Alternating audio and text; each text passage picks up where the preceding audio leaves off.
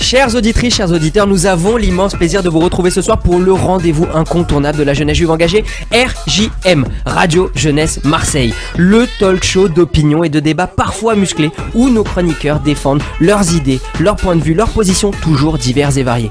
Au menu de notre émission, c'est de l'actu, des débats, des coups de gueule, des infos, mais surtout des chroniques choisies et préparées par nos chroniqueurs, maintenant aguerris. Des micros toujours plus nombreux autour de cette table extensible pour accueillir la parole des jeunes qui traitent des sujets qui nous concernent.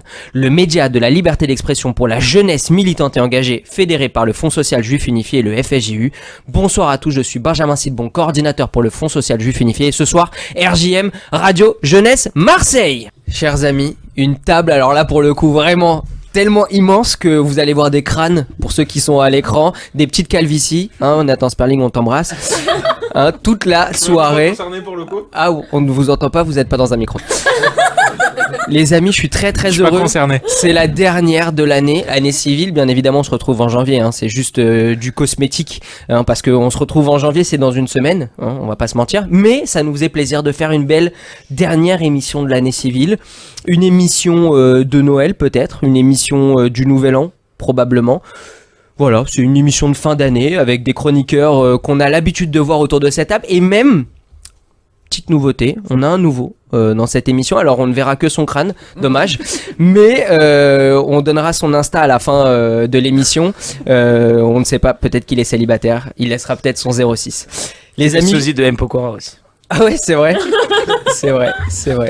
Et un peu plus blond, mais ouais, c'est vrai. Les amis, une émission encore très dense. Une minute actu proposée par Eden.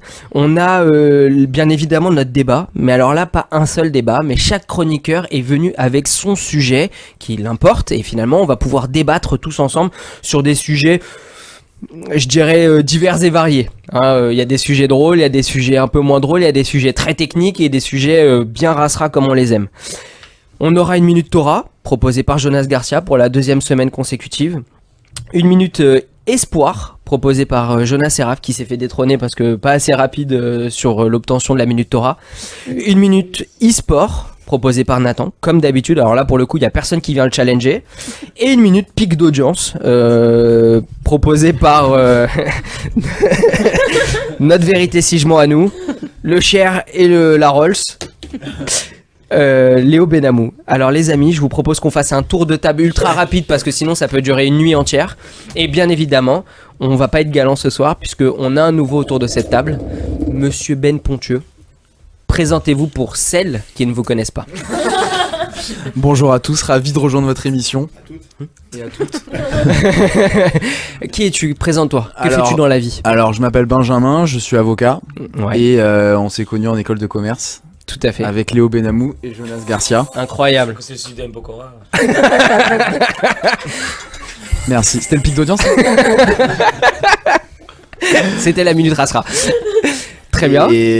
Parfait. Et, donc, et on peut répondre à la question que tout le monde se pose. Quelle est la question ? Et êtes-vous célibataire, cher Oui. monsieur ? Oh là, là on a un pic d'audience.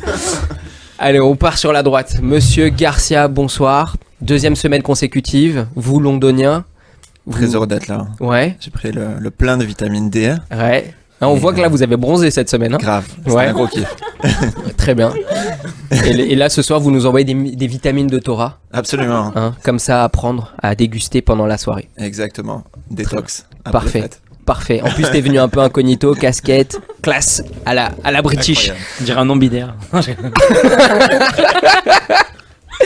Judith, bonsoir. Bonsoir Ben. Qui êtes-vous, chère madame? Je me présente plus, tout le monde me connaît finalement. Waouh, quel boulard. Non, je suis Judith Cazès, ancienne des EI de Marseille. Ouais, et là aujourd'hui tu fais quoi dans la vie? C'est pas un titre, hein? Il me semble que t'as un contrat quelque part. Ah ouais, je suis devenue service civique également. Ouais. À Lyon, à FSU de Lyon. Bravo. Parce que je fais mes études dans cette magnifique ville. Comme quoi, on recrute n'importe qui. Allez, transition parfaite. Rachel, bonsoir. Bonsoir. Moi, c'est Rachel. Je suis étudiante en 3e année de droit, secrétaire générale de l'UEJF et VSC au FSJU. Très bien. Voilà. Bravo. Bel emploi fictif. Eden, bonsoir. Bonsoir, Eden, VSC au FSJU, secrétaire générale et trésorière de la section Florida et ex-présidente de l'UEJF Marseille. Incroyable, là on fait par ordre d'importance. D'abord les premiers. Non, c'est vrai, j'aurais dû inverser 2 trucs. Très bien, super, mais on n'est toujours pas double diplômé ce soir ? Si on est double diplômé en économie et en droit. On a eu peur que tu les aies perdus entre temps. Jonas, bonsoir. Bonsoir Benjamin. Qui êtes-vous, cher monsieur ? Je m'appelle Jonas Seraf, j'ai 23 ans et je suis comptable. Voilà, c'est ça, c'est propre, c'est léché, c'est structuré, voilà, c'est ça qu'on veut. Ouais, en même temps, c'est un comptable. Alors, Voilà. Léo Benamou, 25 ans, célibataire, riche, séduisant, charismatique, qui rentre tout droit de Megève, évidemment. Ouais. Et je suis un jeune entrepreneur dans le digital et l'événementiel. Très bien. Alors moi, je me suis juste focalisé sur riche, c'est-à-dire que l'addition de tout à l'heure est pour toi, à la Villa Roca. Bonsoir. Bonjour à tous, Yoni El Koubi, administrateur réseau. C'est la deuxième fois que je viens ici avec. C'est la dernière fois ? Deuxième fois. Ah, la deuxième fois. Ah oui, je me suis dit là, il met. La dernière fois, c'est nous qui le disons. Je me suis dit, il vient avec un ultimatum là. Et toi, t'es célib ou pas ? Absolument. Oh là. Très bien. Avec grand plaisir. Deuxième pic d'audience. Bendré, bonsoir. Le retour. Ouais, le retour. Je m'appelle Benjamin Dré, je suis l'ancien responsable du BNEC à Marseille. L'ancien, c'est vrai. Ouais. Il y a eu de l'update. Qu'est-ce qui se passe ? Exactement. Bah, les études, prend trop de temps. Mmh. Et C'est ce voilà, qu'on dit. du coup, études de comptabilité et voilà. Ça se voit que toi, t'es encore en études parce que lui, c'est structuré, il est vraiment comptable. Toi, c'est. L'année prochaine, si je veux. Très bien. On verra l'année prochaine si t'es meilleur. Monsieur Sperling, bonsoir. Bonsoir, Nathan Sperling, j'ai 25 ans, je suis étudiant en journalisme en 2e année. Mhm. Je suis en service civique au FSJU et donc journaliste à Radio GM, mais aussi correspondant à la Provence. Et tu es aussi danseur oriental sur cette table. Parce que j'ai vu ton TikTok. Ah oui, aussi danseur oriental, c'est vrai. Ah, tu as vu ? Non, j'ai pas vu, mais j'ai hâte de le voir. Si un jour t'as pas le moral, Ouais. tu regardes cette petite vidéo, ce petit déhanché là qu'on a vu. Ouais. Génial. Ça me donne pas du tout envie. Allez, les amis, je vous propose qu'on passe tout de suite à la minute actu. La minute actu. Eden, une fois n'est pas coutume, tu as décidé de travailler sur de l'actualité. Bravo. Nous t'en remercions de nous faire grandir comme ça. Et tu as décidé de travailler sur un sujet, somme toute sympathique, les rebelles outils. Oui, alors déjà, je vais juste faire un point sur qui sont ces rebelles Houthis. En fait, il y a une guerre civile qui a éclaté au Yémen depuis 2014, qui oppose le gouvernement de la République du Yémen et justement ces rebelles Houthis. En fait, de base, c'est une organisation armée, mais c'est devenu de plus en plus une entité politique avec une composante religieuse importante. Ils se réclament justement du zaïdisme, qui est une branche du chiisme, et du coup, ils sont principalement soutenus par l'Iran, puisque l'Iran comprend sa population comprend 90% de chiites.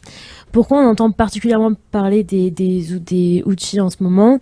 Il y a une montée de violence en mer Rouge parce que depuis le conflit israélo-Hamas, ils veulent provoquer des représailles aux bombardements qui sont menés à Gaza.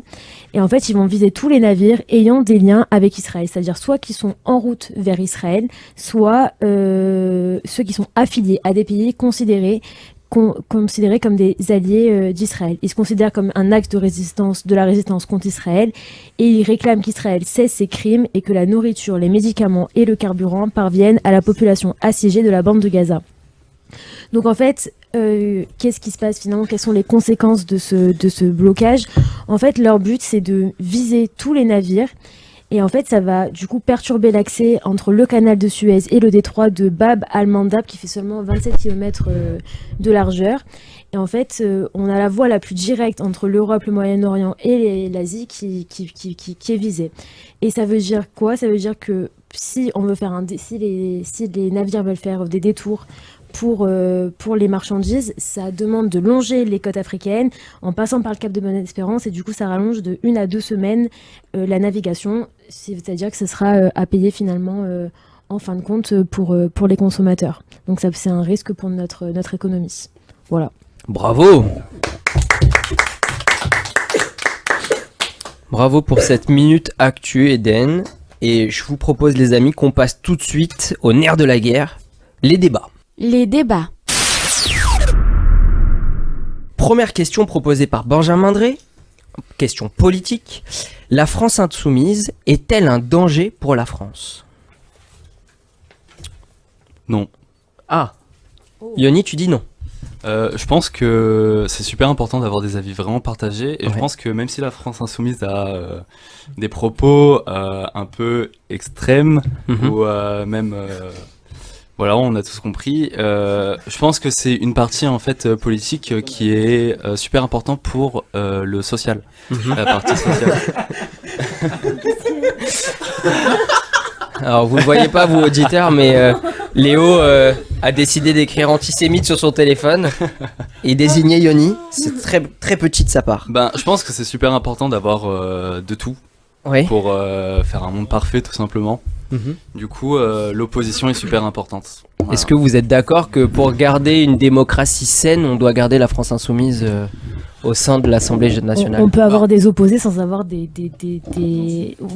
Ouais, Des antisémites, c'est l'idée. Mhm. Ben, c'est sûr qu'il faut tout pour faire un monde, ça, on va pas en revenir dessus. Par contre, le problème de la France Insoumise, c'est qu'ils sont pas juste là à présenter leur opinion, etc. C'est qu'il y a un vrai problème à travers le fait qu'on est tellement dans l'optique de la recherche d'un électorat qui est de plus en plus islamisé, on va dire, que c'est un danger pour la France dans le sens où ils prennent parti sur des sujets qui n'entrent pas dans des lignes démocratiques. C'est-à-dire, je le disais avant l'émission, j'ai revu sur CNews le Nova de Arthur, Oui. et je me suis dit comment ils ont pu ne pas qualifier l'acte du Hamas de terrorisme. Ouais.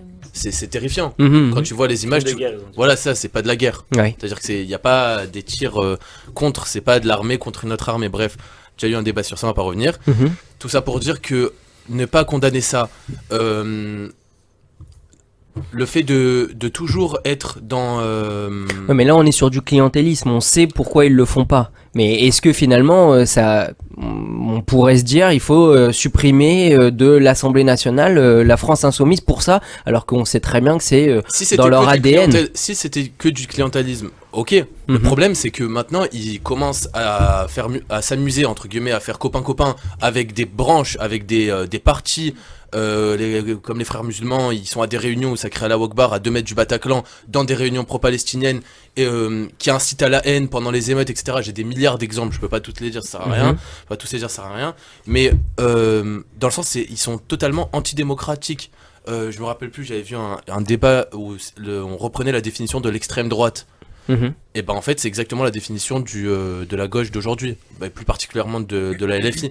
Toujours à attiser la haine, à instrumentaliser toujours des causes qui leur sont propres à eux pour crier au racisme, au racisme contre les Arabes, contre machin, etc., de l'extrême droite. C'est un vrai danger pour la France parce que c'est pas juste prendre parti, parler, donner son avis. Ça va même plus Est-ce que tu penses que la LFI, ils mettent en danger les Juifs de France? Oui, je pense que c'est possible. T'as mis le doigt sur quelque chose où je suis vraiment d'accord, c'est la colère. Ils sont pas du tout... comment dire... En fait, ils influencent énormément leurs propos. Je pense que c'est important d'avoir un groupe comme le LFI au sein de l'Assemblée nationale parce que ils vont toujours porter la parole auprès de la souffrance des peuples. Mais je pense qu'il ne faut pas qu'ils prennent le pouvoir en France, par exemple, parce qu'effectivement, comme tu l'as assez bien dit, ils ont un vrai problème de communication, je pense, et un vrai problème de valeur. Mais donc c'est un danger. Parce que Euh, t'as dit non. Oui, je pense pas que ça soit un danger parce que, en fait, pour moi, leur présence est importante à l'Assemblée nationale. Est-ce que tu penses que leur présence, le fait qu'ils sont, qu'ils pensent contrairement à d'autres idées, pour eux, c'est. C'est surtout La que. prochaine fois laisse les questions aux professionnels. Hein. Non, je suis Pascal Pro, je reprends le truc. Tu penses que le fait qu'ils soient présents à l'Assemblée nationale, ça réveille d'autres idées et ça permet de quoi, de pouvoir échanger, de débattre avec des gens qui pensent différemment. Oui, c'est ça. C'est qu'en fait, si tu veux, le LFI, ils vont porter, souvent ils vont avoir une idéologie que soit la droite, soit les macronistes vont pas forcément avoir du point de vue du peuple, souvent. Ok. C'est souvent ça. Mais ça, les vrais gens de gauche l'ont. Pas besoin d'avoir LFI pour avoir ça. Enfin, le Parti Socialiste, le Parti Communiste, même si je suis totalement en désaccord avec leur idée, eux, ils restent totalement démocratiques, ce qui n'est pas le cas de LFI. Comme Benjamin l'a dit ou Léo l'a dit. Mais c'est quoi ils être mettent antidémocratique? Ils mettent en danger une certaine catégorie. Là, les juifs, parce qu'ils disent, ils mettent en danger. Je sais pas si vous voyez les tweets qu'ils font. On dirait qu'ils sont payés par je sais pas qui pour leurs tweets. Ce n'est que Gaza, Gaza, Gaza, Gaza, terroriste Israël. Genre, ils arrivent à dire État terroriste israélien. Mais ils n'arrivent pas à dire terroriste Hamas. En fait, je pense que la question qui viendrait juste après, là, pour un peu continuer le débat, c'est est-ce que finalement l'extrême opposé, l'extrême droite aujourd'hui, est-ce que l'extrême droite est aussi un danger pour la France ? Alors, parce que pour ceux qui disent que l'extrême gauche est un danger, est-ce que l'extrême droite, par opposition, est aussi un danger ? 3 secondes, je vais répondre à ta question. Dans les deux cas, que ce soit l'extrême droite ou l'extrême gauche, il faut comprendre et il faut savoir si les deux partis sont des partis républicains. On ne parle pas de partis démocratiques. La démocratie, c'est un pays qui l'instaure. La République, là par contre, c'est des partis qui peuvent être républicains ou pas républicains. Là pour le coup, LFI est à aujourd'hui encore un parti républicain, n'en déplaise à certains. L'extrême droite avec le RN est un parti républicain, n'en déplaise à d'autres. Quoi qu'il arrive, ils véhiculent les deux des idées que des Français ont aujourd'hui sur le territoire français. Maintenant, est-ce que les deux mettent en danger la République et non pas la démocratie ? Parce que la démocratie, elle y est par un fait qui est la loi. On a des avocats et des gens de droit ici qui peuvent le dire. Le fait est que les partis républicains aujourd'hui, oui, ils mettent en danger la République française par leurs idées, mais parce que c'est des idées d'extrême, qu'ils soient droite ou de gauche. Donc, effectivement, dans les deux cas, c'est populiste, mais dans les deux cas, ça lève les foules. Donc, ça peut être un danger. J'aimerais bien entendre Ben sur ça, parce que c'est ta question. Est-ce que l'extrême droite est aussi un danger pour la France ? Alors, tu sais très bien que je vais dire que non. Ah oui. Voilà. Parce que pour répondre, ce qu'il vient de dire, c'est très intéressant, même si j'ai pas tout compris, parce que pour moi, l'extrême gauche, la LFI, la NUPES, de manière générale, mettent en danger aussi bien la République que la démocratie en France, c'est-à-dire par l'instauration ou par des déclarations ou le fait de soutenir des personnes qui peut mener à une guerre civile, donc à fragiliser notre démocratie. Je sais pas si j'utilise les bons termes, mais en tout cas, c'est ça. Et donc, est-ce que l'extrême droite est un danger ? Je vais te répondre par une autre question. Tu ne serais pas juif par hasard ? Peut-être. Très bien. L'insécurité en France, pour moi, qui est une des raisons qui peut mettre en danger notre démocratie. Elle est faite par qui ? La démocratie ? L'insécurité ? Ouais, l'insécurité qui fragilise une république ou une démocratie est faite par quel type par son peuple, merci. Mais par combien de chiffres que j'adore sortir et qui est notamment cité par mes amis de droite et non pas d'extrême droite comme Monsieur Bardella. À Marseille, 90% des agressions dans les transports en commun sont faites par des étrangers. Et donc on se bat logiquement contre ces étrangers, en tout cas on se bat pas parce qu'il faut pas faire dégager tout le monde évidemment, on va pas avoir ce discours là, mais il y a des choses qui sont à faire dans ce pays, ça c'est une évidence. Donc on a des partis politiques qui se battent contre ça, qui se battent contre l'insécurité, qui se battent pour une France comme on la veut. Et de l'autre côté on a des personnes à la suite d'un jeune qui est mort après un délit d'obtempérer, qui soutiennent et qui vont donner j'ai pas le terme, mais qui vont soutenir des délinquants lors de casses, d'émeutes, merci, d'émeutes, etc. Alors qui fragilise le plus la démocratie ? C'est les partis d'extrême droite ou les partis d'extrême gauche ? Et encore, je dis extrême droite, mais ça va à mon encontre. Je ne considère pas du tout comme, en tout cas pour le RN, comme un parti d'extrême droite. On restera sur ces questions-là. En tout cas, si on peut le citer, parce que c'est quand même un grand homme, Jean-Luc Mélenchon a dit un jour « La République, c'est moi ». Très bien. Deuxième sujet. Yoni, tu as décidé de soumettre un sujet à l'Assemblée. Le sujet est le suivant. Vous sentez-vous à l'aise à l'idée de porter la kippa à Marseille ? Oula. Pour les plus extrémistes d'entre nous, qui portent la kippa dans la rue, bien évidemment. En tant que grand religieux. Non. Alors la question elle est mal posée et moi j'ai une deuxième question à te poser. Je vais te dire pourquoi. Merci. Qu'est-ce qui prouve que toi tu es juif ? Ta tête. Non. Qu'est-ce qui prouve, nous les garçons, que nous sommes juifs? Non, pas forcément. Oui, mais c'est une preuve. C'est la circoncision. Et pourtant, c'est la seule partie qui est cachée. Il faut forcément. De quoi? La circoncision ne prouve pas forcément. Non, mais c'est une épreuve. Oui, ça peut être. Ouais, voilà, c'est ça. Moi, je dirais pareil. Non, mais. C'est le certificat de judaïcité que te donne le consistoire. Un jeune garçon est juif. Donc, c'est une part, ça, sa mère, et deuxièmement, parce qu'il est circoncis. Ouais. Ça fait partie. Ok. Il faut savoir que l'usage. Écoutez le raisonnement du grand rabbin, s'il vous plaît. Il faut savoir que l'usage. Pourquoi on a mis la kippa en place? C'est parce qu'à l'époque, les juifs étaient trop assimilés. Durant le Moyen-Âge. Excusez-moi, monsieur, vous pouvez répondre à la question. Oui, Est-ce je que réponds à la vous question. vous sentez Pourquoi à l'aise Pourquoi dans la Non, rue mais il faut revenir à l'origine. Pourquoi on a mis en place la kippa? Parce qu'à l'époque, les juifs étaient trop assimilés, donc on a voulu qu'ils se différencient et qu'ils mettent un signe distinctif qui était la kippa. Ouais. Aujourd'hui. Pour cette raison-là. Après une connexion directe avec Dieu. Ça, c'est l'explication religieuse. Ça, c'est l'explication religieuse. Je te parle d'explication théorique, c'était le fait qu'ils étaient trop assimilés. Et qu'on a voulu qu'on se distingue en mettant une kippa. C'est un peu long. Du coup. Au niveau de religieux maintenant. Aujourd'hui, on vit en société et on peut pas mettre en place. Arrête de rigoler. On peut pas mettre Même en place. à Kedge, il a pas fait des développements aussi longs. On ne peut pas.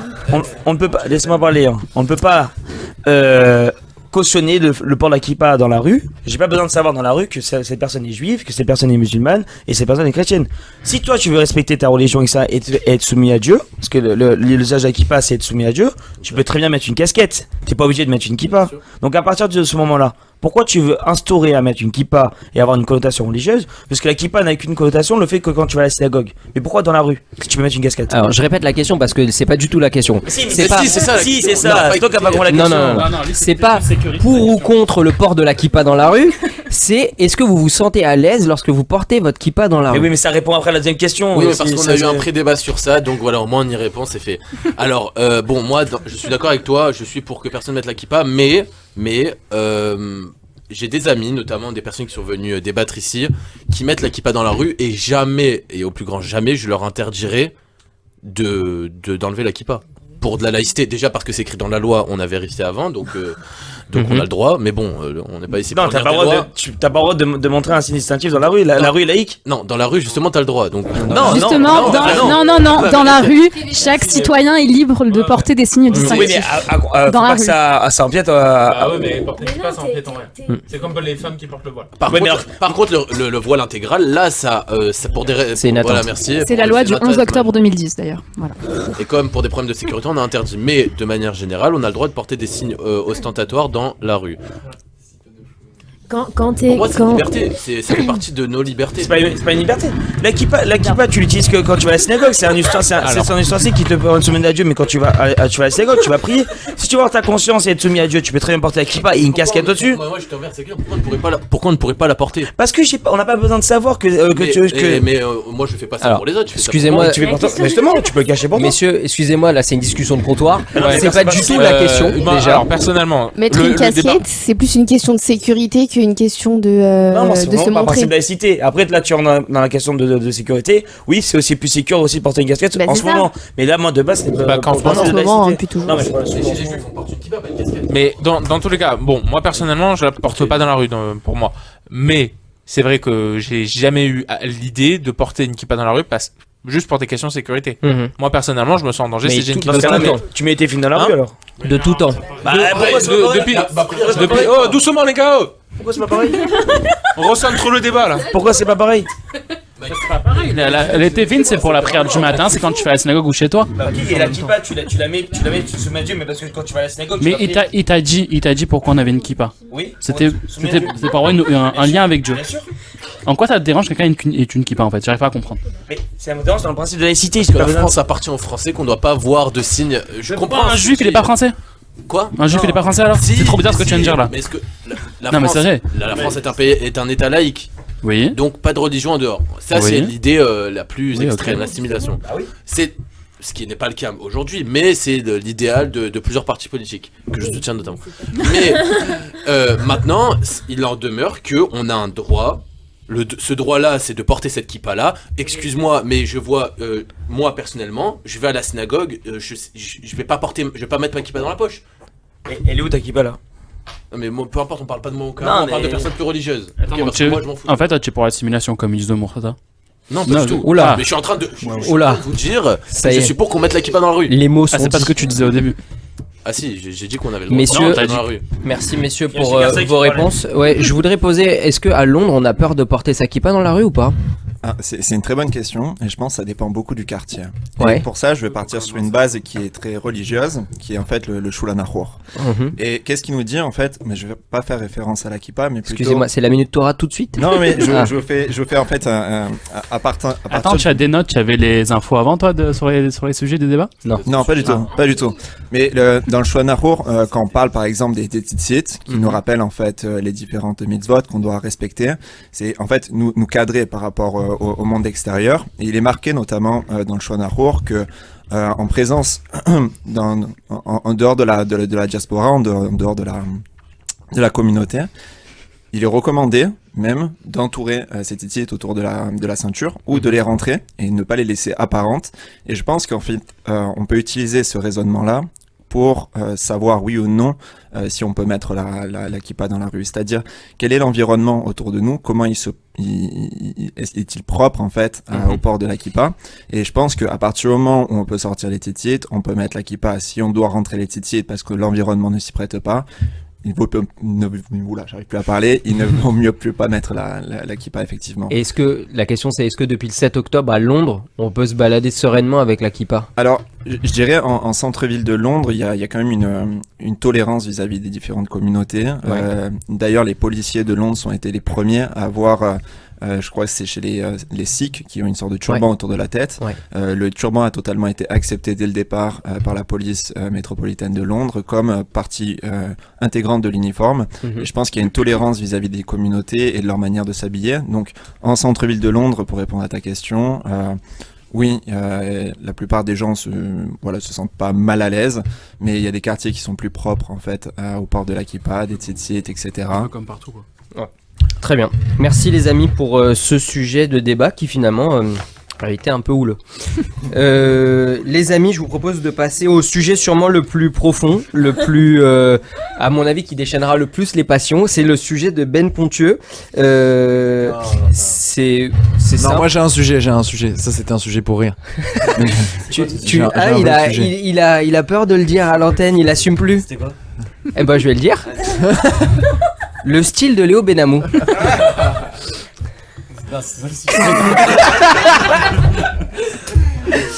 Donc je vous pose à tous la question, alors peut-être à vous mesdames, peut-être que... Prends l'autre sujet, frère.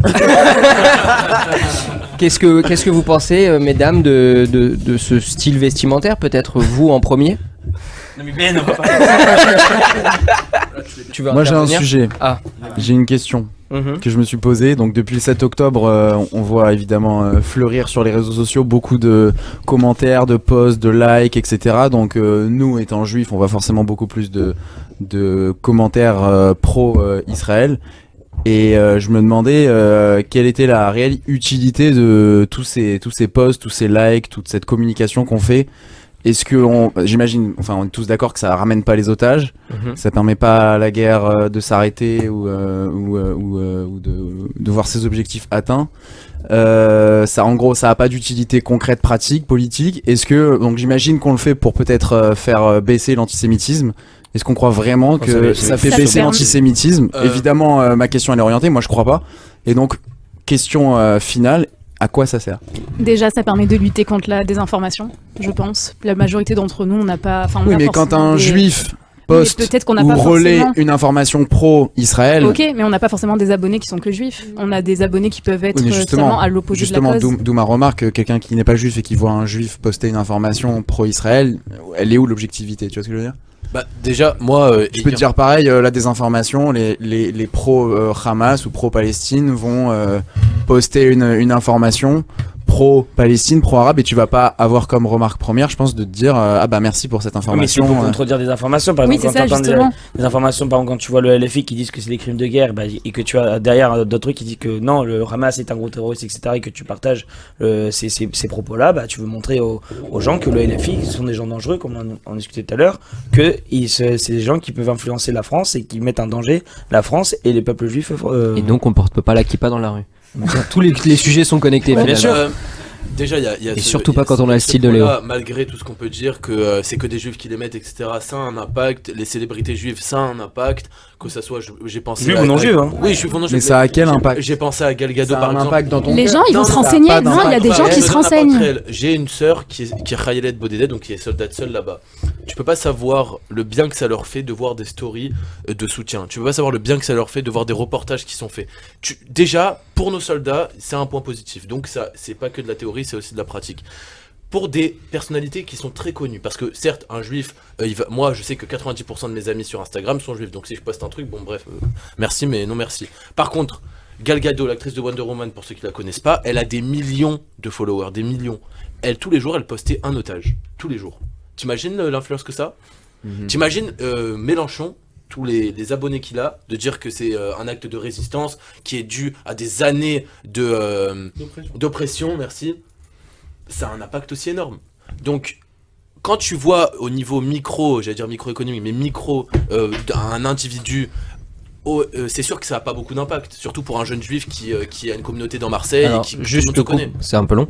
Et est-ce que, pour aller plus loin dans ta question, est-ce qu'un antisioniste, un antisémite qui voit finalement des posts pro-Israël, est-ce qu'il va changer d'avis en voyant ces posts? Parce que là, toi, En tout cas, ça va moi, développer son libre arbitre. ma question, elle était initialement orientée pas vraiment vers les grandes personnalités médiatiques. Ça, évidemment, ça a un évidemment. impact positif, c'est bien, etc. Et je suis d'accord avec toi, les soldats qui sont là-bas et qui voient des soutiens importants, c'est bien. Mais nous, entre guillemets, le commun des mortels, est-ce que ça a vraiment une utilité? C'est pour aussi relever l'importance du débat et les conséquences que ça peut faire. On est T'imagines dans si on n'en parlait pas, bah peut-être que ça aurait pas été autant médiatisé et qu'on n'aurait pas eu des retours. C'est pas dans le sens où grâce à ça, on peut avoir des retours sur des vrais sujets, sur les gens, sur leur façon de penser, comme la LFI qui pourraient pas utiliser les médias pour exprimer leurs idées. Et grâce à eux, on sait que maintenant ce sont des gens dangereux. Tu vois ce que je veux te Mais dire? ça, c'est toi qui considères qu'ils sont dangereux. Mais Ils ont leur opinion. je suis pas le seul à le considérer. Moi, je souscris pas à leur opinion d'ailleurs, hein, mais.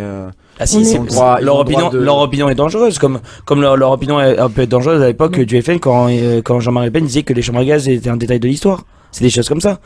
On est dans une guerre. Moi, je pense qu'on est dans une guerre médiatique. Ok, donc ça veut dire que si il faut que tu préviennes les gens de ce qui se passe.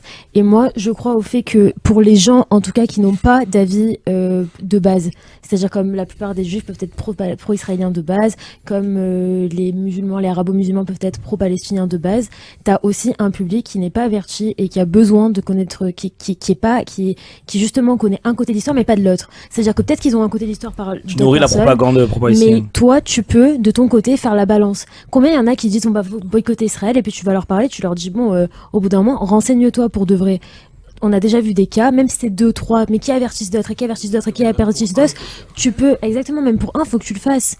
Tu vois, c'est tout bête. À un moment donné, j'ai parlé à une fille qui, elle, disait boycotter Israël, juste eu un débat avec elle. Depuis, Eden, t'as raison, je vais me renseigner. Plus rien sur le boycott d'Israël. Tu vois, c'est tout bête, mais une personne. Si tu savais le nombre de pro-israéliens maintenant, depuis que Léo a mis une photo de lui avec le drapeau d'Israël derrière lui, en fond, c'est effarant. Ça tombe comme des mouches.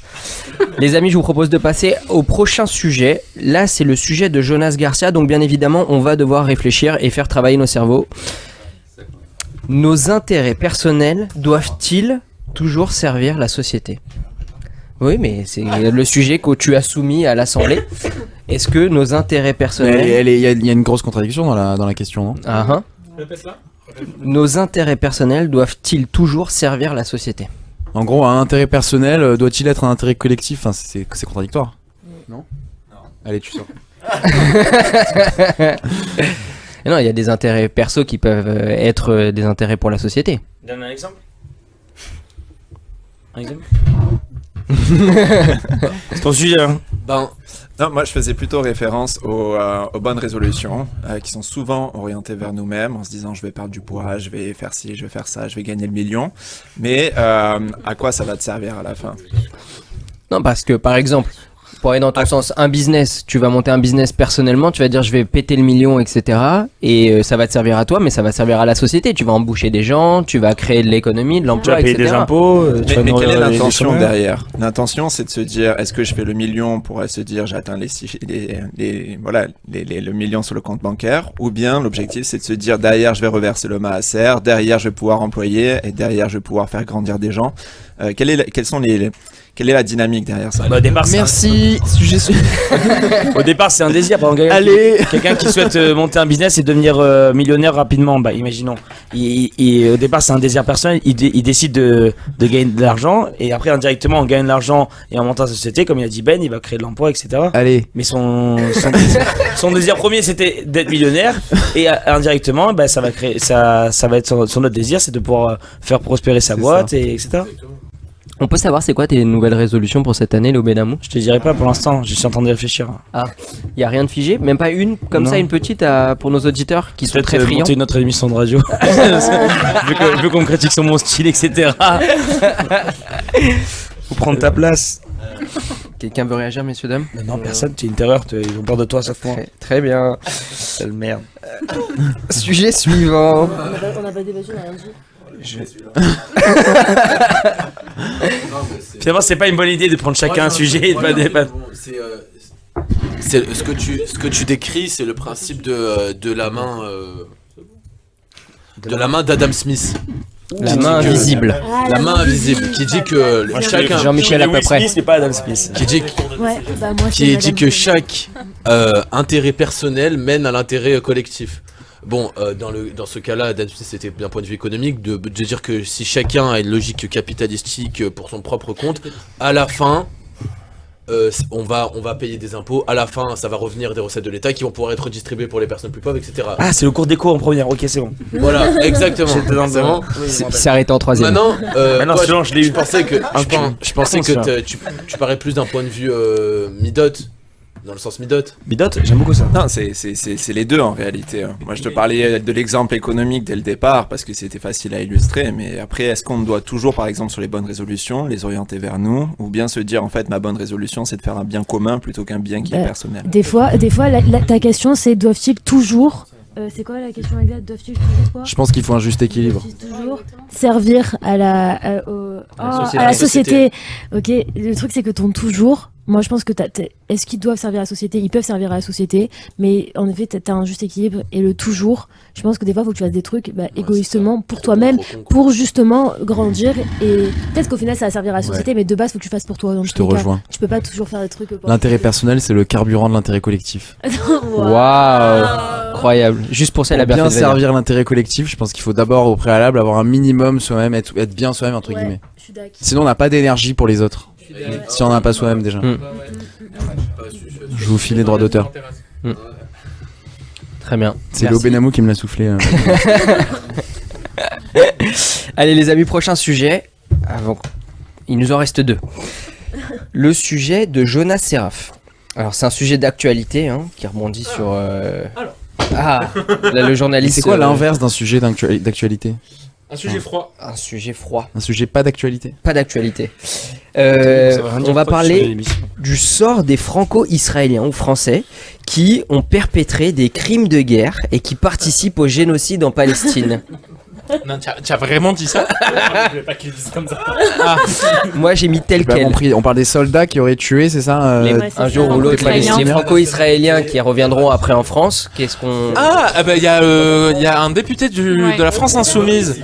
C'est pour ça que c'est d'actualité justement. Oui. Il a mis 4000 et quelques noms, je crois, dans la liste.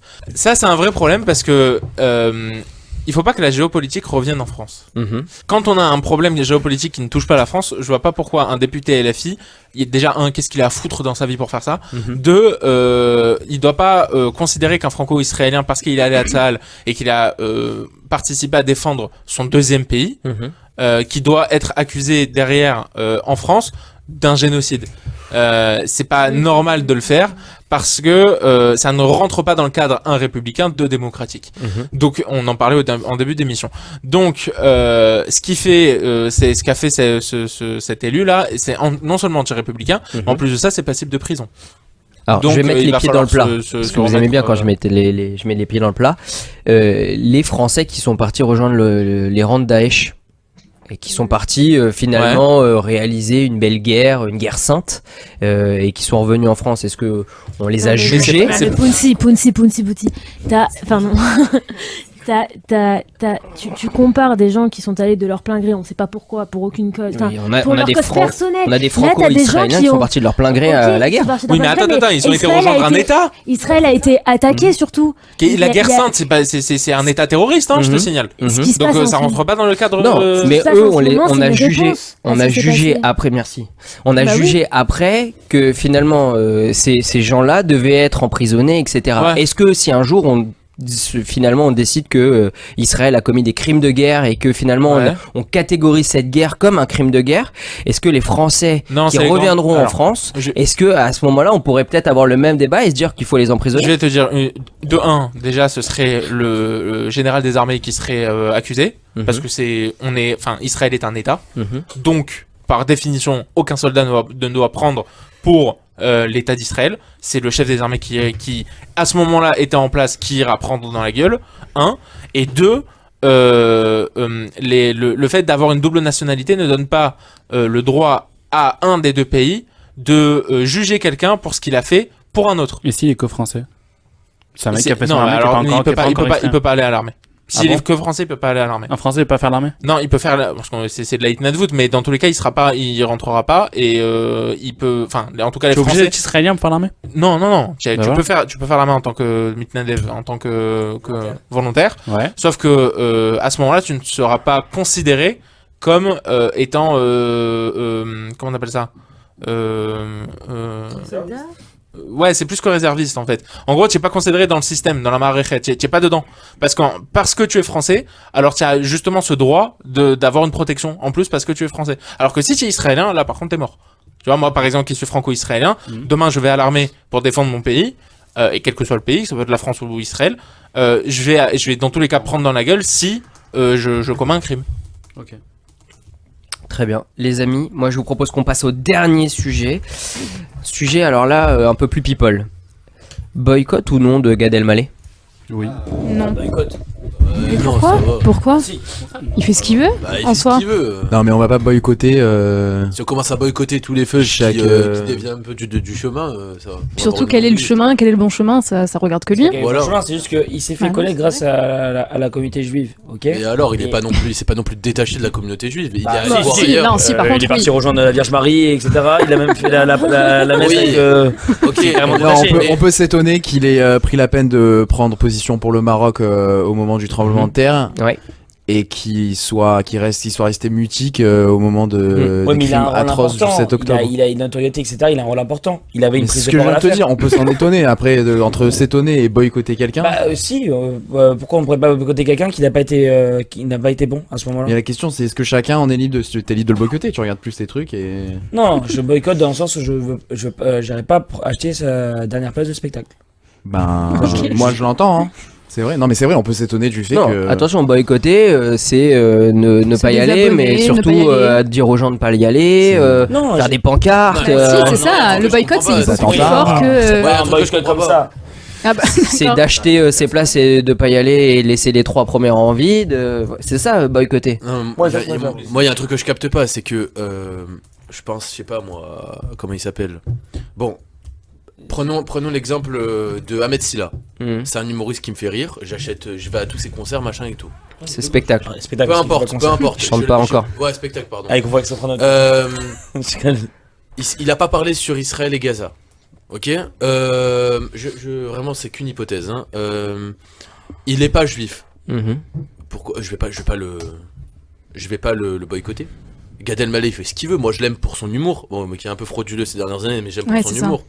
Donc, qu'il soit juif, qu'il est allé en machin, je vais être énervé contre sa personne juive parce que forcément il a dévié et qu'il est con Et que c'est dommage. et que c'est dommage, voilà, c'est ça, c'est Chacun dommage, son mais opinion. bon, chacun fait ses choix, machin, j'ai rien à redire, mais lui il me fait rire. Mais c'est pas ça que je te C'est dis, ça. c'est juste que Pourquoi je vais aller le sa boycotter notoriété et tous ses spectacles ont été toujours tournés vers la communauté Fudge, etc. Ouais, il a... Non, Et alors Et du jour au lendemain, c'est comme s'il a rogné. C'est-à-dire, il crache dans la soupe là où il Ça a mangé. regarde que lui. Quoi Ça- Bah non, moi je je suis trouve désolé. ça rejoint le débat de la semaine dernière. Ouais. Est-ce qu'on doit séparer l'œuvre de l'artiste ou pas? Bah là, c'est l'artiste que je sais pas, c'est pas l'œuvre. Mais non, mais moi je te pose la question. Bah parce que moi j'avoue que ses premiers sketchs sont, je pourrais les revoir, ils sont drôles. Mais aujourd'hui, ces derniers sketchs où le fait qu'il n'a pas pris la parole, bah j'ai pas l'intention d'aller à son spectacle et cette personne-là me fait plus rire, elle me dégoûte. Et tu disais quoi sur Gérard Depardieu? Ah, c'est vrai, je l'aimais en tant qu'acteur. Dans ses films. Mhm. Après, je ne tolère pas ses propos, etc. Mais j'aimais ses films. Et tu vas. Je continue à regarder ses films, genre Astérix Obélix, Mission Cléopâtre. Et tu vas le boycott? Quoi? Et tu vas le boycott? Mais non, je boycotterai ses prochains Bah, films, peut-être. moi. Ouais, pourquoi pas. Là, tu Là, n'en tu veux dois qu'il ait rebondir. pris aucune action en fait. Bah oui, je l'en veux parce que c'est quelqu'un qui représente, qui a une certaine autorité, qui a un avis, qui peut influencer peut-être d'autres gens. Mais il a une moi, je communauté. pense que- En plus, il a les deux communautés là. Vu qu'il est franco-marocain. Non, il est 100% marocain ou il est franco? Marocain. Marocain, Il est canadien aussi, Il a non? vraiment pas la nationalité française. Ah oui, c'est vrai, il est que marocain. Ah ouais? Et canadien, Ok. non? Oui, il est canadien. Et monégasque aussi. Et du coup, il a une certaine influence, donc il pourrait aussi utiliser sa notoriété pour faire passer des messages. Pourquoi Philippe Lelouch, Kev Adams ou Cyril ou d'autres, Arthur, etc. Se permettent et le font? Pourquoi Alors, lui non? Pour aller dans ton sens, on a fait une émission quand même où on était très déçus de voir que des personnalités non juives ne venaient pas en fait parler du conflit, on l'a vu à la ou- marche, on l'a vu à la etc. marche, qu'elle aimait pas, Et non effectivement, on peut être encore plus déçu de voir que dans la communauté, et surtout un acteur aussi influent de la communauté, ne parle pas, ne prenne pas position et ne soutienne pas Bah oui. la cause. Bah, à la limite, moi, ça me choque plus qu'il ait pas été présent à la marche que ce qu'il prenne parti pour Israël. Voilà. Ce qui dérange les gens, c'est qu'il ait utilisé son influence pour un sujet et pas pour un autre.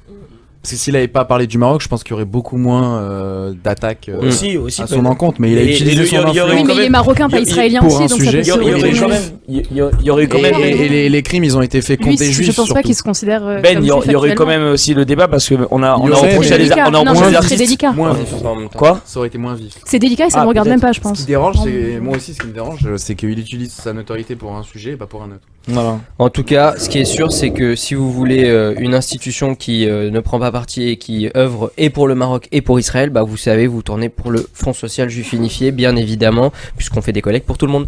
Bravo les amis pour ces sujets de débat. Non. J'ai pas. Qu'est-ce que c'est?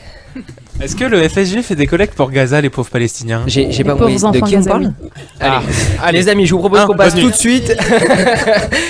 Allez, merci pour ces débats enflammés et je vous propose qu'on passe tout de suite à la Minute Torah. La Minute Torah.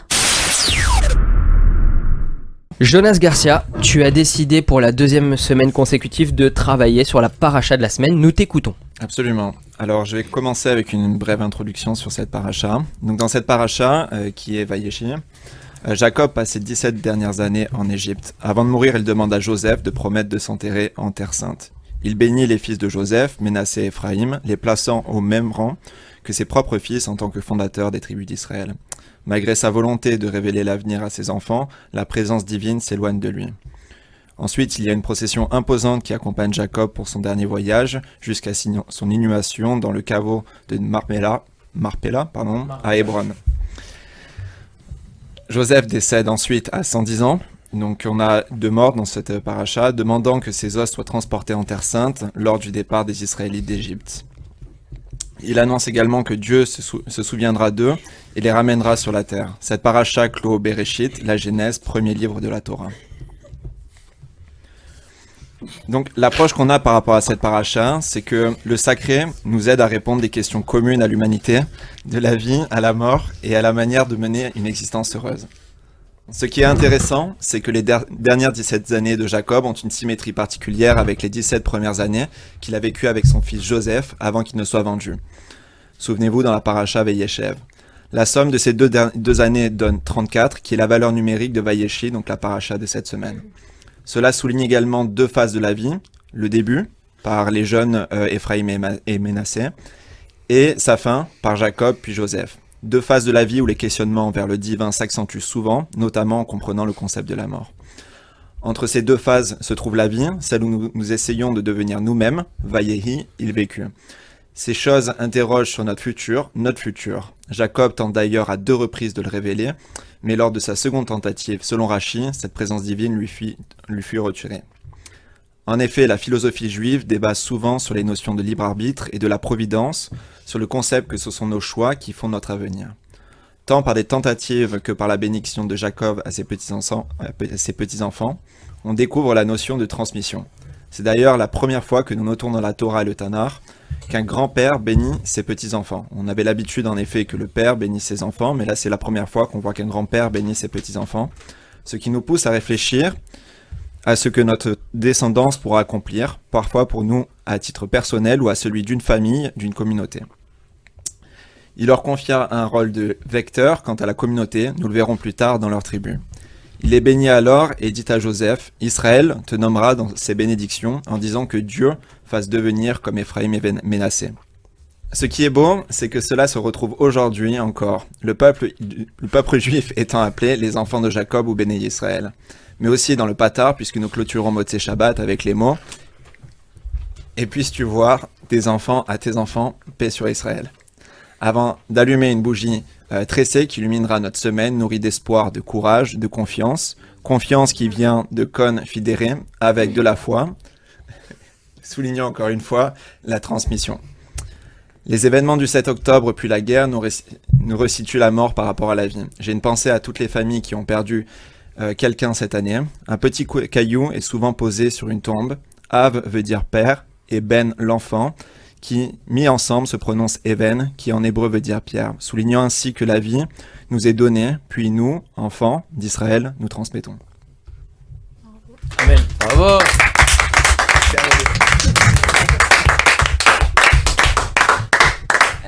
Bravo pour cette... Merci infiniment. Et je vous propose, parce qu'on a une petite corrélation dessus, on passe tout de suite à la Minute Espoir. La Minute Espoir. Jonas, tu as décidé, alors là Jonas Séraph, attention à ne pas confondre, de revenir sur rien parce que tu as choisi juste un thème qui est on va gagner la guerre. Oui, alors Ben, alors moi c'est dans la paracha qu'on a eu du coup ce Shabbat, donc la semaine dernière quand ça passera, Vaïgash, Dieu il fait une promesse à Yaakov et du coup il fait un peu une promesse à nous, le peuple d'Israël. Il lui dit Anochi ered imecha mitzrayma vanochi elecha, je ferai descendre ton peuple en Égypte et ensuite je le ferai remonter. On peut voir que dans Mitzrayma, il y a la racine tsar qui veut dire le mal en hébreu. Il y a marqué Mitzrayma, il n'y a pas marqué Be Mitzrayma dans l'Égypte ou les Mitzrayma vers l'Égypte. Il y a marqué juste Mitzrayma. Donc en fait, ce qu'on peut comprendre, c'est que Dieu il fait une promesse un peu à Yaakov, mais en fait à nous tous, que même s'il nous fait descendre au plus bas, il nous fera toujours remonter. Et du coup, voilà pourquoi j'ai dit on va gagner la guerre. Razak.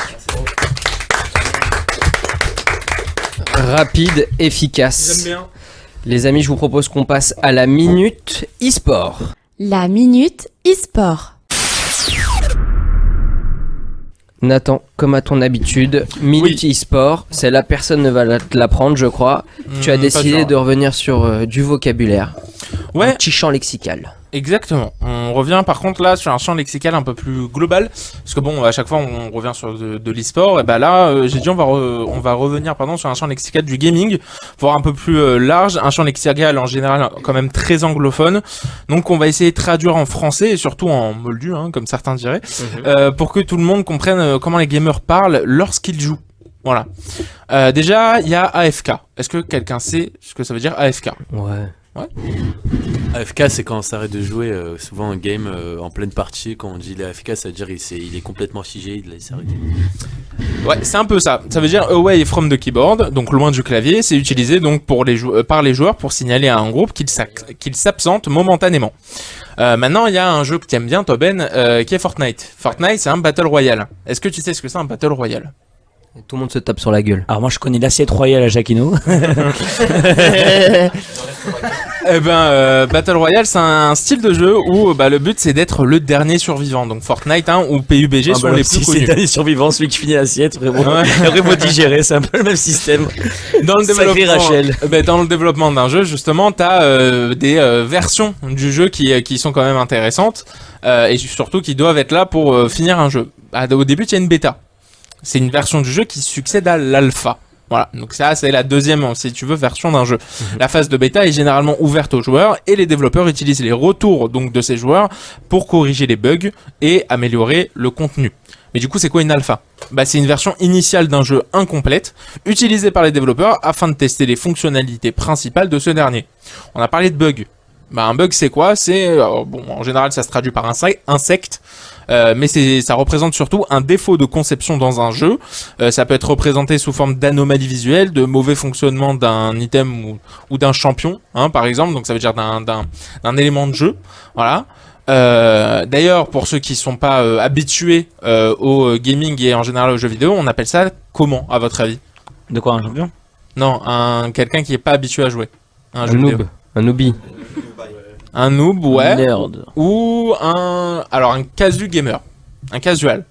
C'est un joueur occasionnel, ça désigne donc forcément un joueur occasionnel qui joue de temps en temps pour s'amuser, qui est contraire au tryhard, qui est à votre avis, le tryhard c'est quoi? Quand tu te douches pas. Quand tu te douches c'est pas. aussi ça. Ça veut dire s'y mettre sérieusement. Ça dit d'un joueur qui cherche à être le plus performant possible. Donc le contraire d'un casu. On entend beaucoup dans le monde du gaming qu'on est des geeks. Qu'est-ce que ça veut dire pour vous un geek? Ouais, qui est mal dans sa peau, qui est puceau. Non, c'est pas vrai. Ah bah, c'est une personne passionnée par les nouvelles technologies, notamment les jeux vidéo. Donc rien à voir avec ce qu'on pense. Avec l'image péjorative qu'on en a. C'est ça. Les geeks viennent forcément des gamers. Donc les gamers, c'est un joueur, c'est le nom donné donc aux joueurs de jeux vidéo. Et il y en a d'autres, évidemment, et ils sont nombreux. Mais c'était un petit échantillon de langage de gamer en général, une facilité donc à parler anglais qui n'est pas pour rien sans doute. Ce qui est sûr, c'est qu'il évolue tous les jours. Et comme la langue française, on ne l'arrêtera pas. Bravo. Les amis, avant de se quitter, peut-être une info sur les mouvements? Voilà, alors concernant le Bnei Akiva, ouais. Vous pouvez nous retrouver toutes les informations sur Bnei Akiva France ou Bnei Akiva Marseille en fonction de là où vous habitez. On a des groupes WhatsApp qui sont dédiés, vous envoyez un petit message sur Instagram, on vous ajoute, il n'y a aucun problème. Et pour les infos, c'est tous les Shabbats activités pour les jeunes, c'est pour les jeunes de 6 à 15 ans. Et on a des machanot, donc des séminaires qui sont organisés au ski en février. Donc pareil, on aura plus d'infos d'un jour à venir, donc voilà, pour faire un petit peu de okay. Pour les Marseillais. Top, merci. Est-ce que quelqu'un a une autre annonce à faire, une voiture à vendre, un truc Non, personne? Très bien. Numéro de Benjamin Pontieux. Oh là, ça on avait dit qu'on le donnait à la fin de l'émission. Est-ce qu'on peut, monsieur Pontieux? Est-ce que vous êtes contactable? Plus 972. Allez, merci infiniment les amis pour cette émission. Merci à chères auditrices, chers auditeurs de nous avoir suivis cette semaine encore. Vous pouvez retrouver bien évidemment cette émission en live sur Radio JM à 17h tous les dimanches et aussi en podcast bien évidemment sur YouTube et Spotify. Merci infiniment Radio Jeunesse Marseille by Noé. Est-ce qu'on peut vraiment l'entendre en live?